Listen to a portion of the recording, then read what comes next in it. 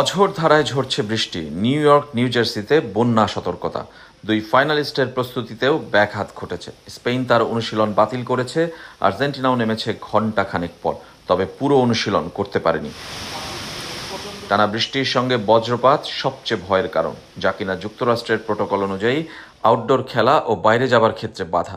অন্তত আধা ঘন্টা অপেক্ষা করতে হবে। তারপরও বৃষ্টি না থামায় লারোহা তাদের মাঠের অনুশীলনে যেতে পারেনি। যুক্তরাষ্ট্রের বিশ্বকাপে যা নতুন নয়। ফাইনালের আগে দুই সাবেক চ্যাম্পিয়নের প্রস্তুতি স্বাভাবিক রাখতেই আনুষ্ঠানিক সংবাদ সম্মেলন দুদিন আগে করেছিল ফিফা, কিন্তু তারপরও সেই ব্যাঘাত।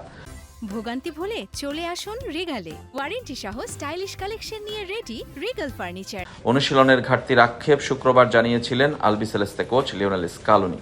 শনিবারও তাই শত বাধার পর অপেক্ষা করে মাঠে নেমেছিলেন কোচ মরিসটাউনের রেড বুল পারফরম্যান্স সেন্টারে। মিনিট 15 সাংবাদিকদের জন্য যা উন্মুক্ত ছিল, এরপর আবারও নামে বৃষ্টি।